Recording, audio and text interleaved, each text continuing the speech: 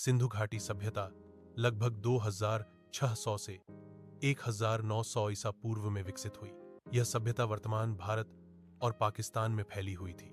हड़प्पा और मोहनजो दारो इसके प्रमुख सुनियोजित शहर थे।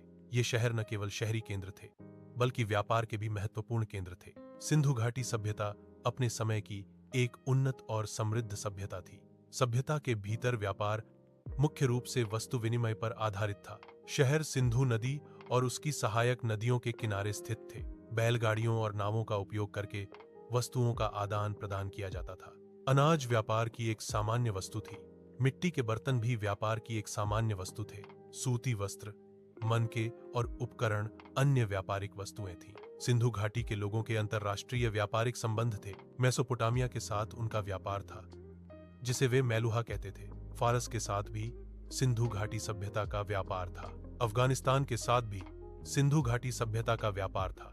ओमान भी सिंधु घाटी सभ्यता का व्यापारिक भागीदार था। बहरीन के साथ भी सिंधु घाटी सभ्यता के व्यापारिक संबंध थे।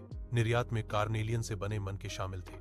सूती कपड़े भी निर्यात किए जाते थे। मिट्टी के बर्तन निर्यात का एक और हिस्सा थे। हाथी दांत भी निर्यात किए जाते थे। कीमती पत्थर भी निर्यात में शामिल थे। सोना, चांदी, तांबा, टिन और लापीस लाजुली आयात किए जाते थे। लोथल एक महत्वपूर्ण बंदरगाह शहर था। इसमें दुनिया के सबसे पुराने डॉकयार्डों में से एक था। यह समुद्री व्यापार का प्रमाण है।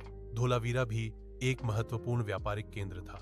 सुतकागेंडोर ने भी व्यापारिक केंद्र के रूप में महत्वपूर्ण भूमिका निभाई। मानकीकृत वजन, माप और मोहरों ने निष्पक्ष व्यापार सुनिश्चित किया।